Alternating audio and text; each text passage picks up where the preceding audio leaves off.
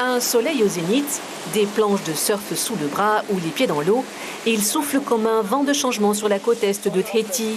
À Ahono, chaque centimètre de trottoir est occupé. Les voitures sont raides sur 150 mètres. C'est le signe que la plage est peuplée de monde. On est arrivé tôt, donc on a réussi à se placer avant. Puis tout le monde est dans l'eau, donc c'est pas grave s'il n'y a pas de place sur la plage. Sur la plage, justement, il faut dire que le spot est bien connu des écoles de surf. Il présente le double avantage d'être peu profond et nourri en vagues. Juste la combinaison gagnante pour jeunes surfeurs en vacances. C'est génial, les conditions sont au top, pas trop de courant, des petites vagues, c'est sympa. Ici, ce sont des familles de passage sous les tropiques qui profitent d'une forme de liberté retrouvée. Ils ont troqué masque FFP2 contre masque de plongée.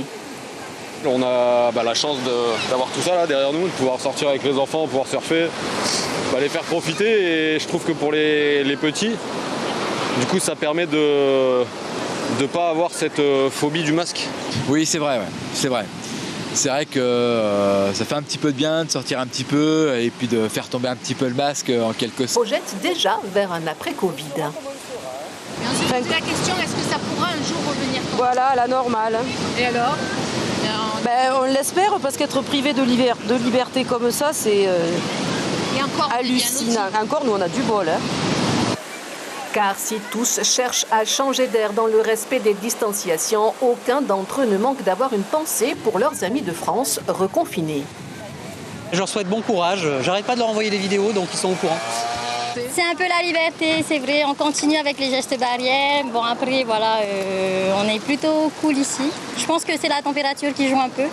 Mais voilà, on est bien, il n'y a pas trop de...